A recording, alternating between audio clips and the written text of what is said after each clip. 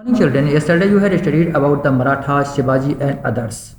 और 1761 में मराठास को दूसरे लोगों ने साथ नहीं दिया. That you had already studied. Now we are going to continue the chapter once again. Alongside the endless military campaigns, the Maratha developed an effective administrative system as well. इन्होंने न केवल मिलिट्री कैंपेन्स को किया बल्कि बहुत ही अच्छा administrative system भी develop कर लिया था. प्रशासन, एडमिनिस्ट्रेटिव मीन्स प्रशासनिक system. Once conquest had been completed and Maratha rule was secure, revenue demands were gradually introduced, taking local conditions into account. अब जैसे ही राज्य हो गया, स्थापना हो गई, इस्टेब्लिशमेंट हो गया, तो अब वहाँ पर सरकार को चलाने के लिए क्या चाहिए? पैसा चाहिए. और उसके लिए क्या चाहिए होता है? रेवेन्यू. रेवेन्यू मीन्स टैक्स, कर, उसकी ज़रूरत चाहिए, पैसे की ज़रूरत चाहिए. तो इसके लिए क्या होता था? Introduce taking local conditions to account. तो लोकल कंडीशंस को देखते हुए उसको डिसाइड करते थे कि किससे कितना हमको टैक्स लेना है. Agriculture was encouraged and trade revived. Agriculture को एनकरेज किया गया, प्रोत्साहित किया गया, आगे बढ़ाया गया. और ट्रेड रिवाइव और व्यापार को फिर से रिवाइव किया जाता था, उसको आगे बढ़ाया जाता था, पुनर्जीवित किया जाता था. This allowed Maratha chiefs, Sardars like Sindhia of Gwalior, Gaikwad of Baroda and Bhosle of Nagpur the resources to raise powerful armies. और इससे क्या हुआ? जैसे गायकवाड़ के थे और सिंधिया थे, इन सब लोगों ने क्या किया? बहुत अच्छे तरीके से काम करते हुए पावरफुल आर्मीज को क्रिएट किया इस रेवेन्यू का यूज करके. Maratha campaigns into Malwa in the 1720s did not challenge the growth and prosperity of the cities in the region. जो मराठा कैंपेज मालवा में हुए थे, जो 1720 में हुए थे, उन्होंने प्रॉस्पेरिटी के ग्रोथ को रोका नहीं. अपने क्षेत्र में जो शहर थे उनकी प्रॉस्पेरिटी को बढ़ने दिया, उसको आगे बढ़ने दिया.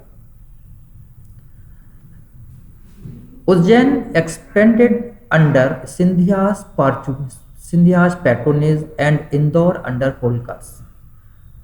सिंधिया ने उज्जैन को डेवलप किया और इंदौर को होलकर ने डेवलप किया. By all accounts these cities were large and prosperous and functioned as important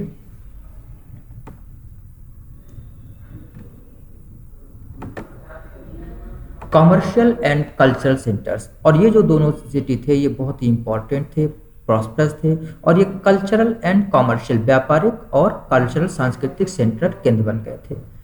New trade routes emerged within the areas controlled by the Marathas. नए नए रास्ते बनाए गए और उनको मराठाज ने कंट्रोल किया, उनका नियंत्रण किया, उनकी देखभाल की.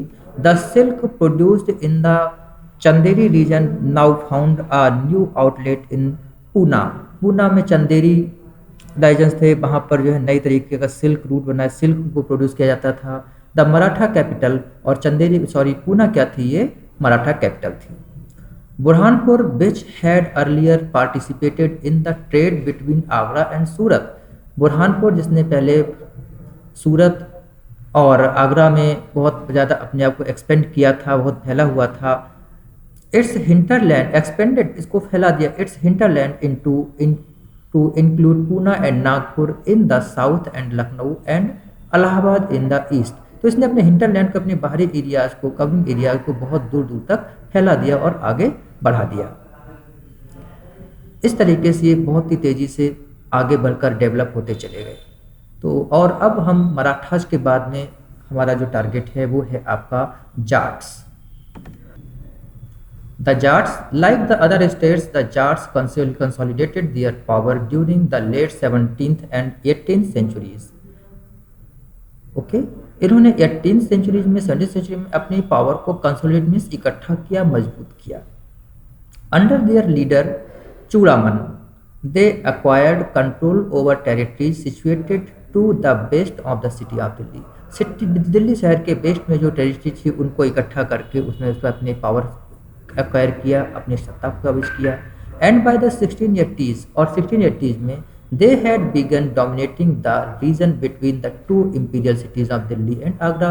और 1680 तक उन्होंने इंपीरियल मीन्स शाही, मजबूत जो शहर थे दिल्ली आगरा, उनके बीच में अपने आप को स्टेबल कर लिया. For a while they became the virtual custodians of the city of Agra. और एक समय तो वो आगरा शहर के वर्चुअल कस्टडियन यानी कि भौमिक कहना चाहिए कि सांकेतिक रूप से उसके कस्टडियंस हो गए, उसके अभिभावक बन गए थे. The Jats were prosperous agriculturists, and towns like Panipat and Ballabgarh became important trading centers in the area dominated by them. Jat कौन थे? ये बहुत ही प्रॉस्परस, बहुत ही अमीर एग्रीकल्चरिस्ट एंड थे, खेती किसान थे, ये बहुत ही शक्तिशाली, आज भी आप इनको देख सकते हैं। एंड टाउन्स लाइक जैसे कि पानीपत है, बल्लभगढ़ है, ये इनके लिए बहुत ही इंपॉर्टेंट ट्रेडिंग सेंटर्स बन गए थे। Dominate bye them, dominate means होता है ये वहाँ पर शक्तिशाली थे, उसको अपने कंट्रोल में रखते थे। Under Surajmal the kingdom of Bharatpur emerge as a strong state, और सूरजमल के चार्ज में, उनके कंट्रोल में भरतपुर एक बहुत ही स्ट्रॉन्ग स्टेट बन गया। वैन नादिर शाह सैक्ड दिल्ली इन 1739, जब नादिर शाह ने सैक्ड दिल्ली को 1739 में दिल्ली पर हमला किया था, many of the cities notables took refuge there, तो बहुत सारे लोगों की जो नोटेबल्स थे, बड़े लोग थे, अजमी लोग थे, उन्होंने यहाँ आकर कहाँ पर, भरतपुर में शरण ली थी। His son Jawahir Shah had 30,000 troops of his own, उनके बेटे जवाहिर शाह के पास 30,000 ट्रूप्स थे, 30,000 की सेना थी अपनी खुद की।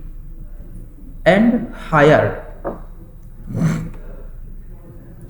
another 20,000 Maratha and 15,000 Sikh troops to fight the Mughals, मुगलों से लड़ने के लिए उन्होंने 20,000 मराठा और 15,000 सिखों को अपने साथ मिलाया था, हायर किया था।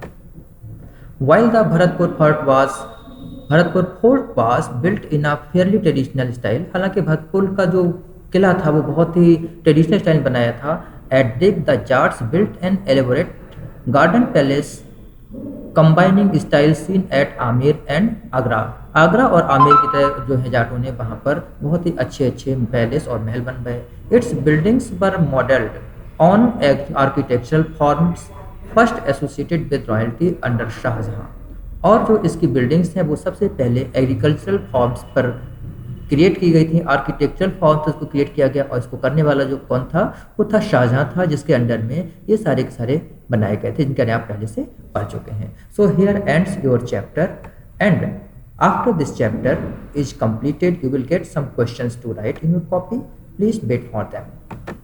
now answer these three questions। question 1, who were Jats, Jats कौन थे, you will get the answer in your paragraph। question 2, who attacked Delhi in 1739, 1739 में दिल्ली पर किसने अटैक किया था। and question number 3, which city was Marathas capital, Marathas की capital कौन सा शहर था। so you have to answer these questions, further you will get more work।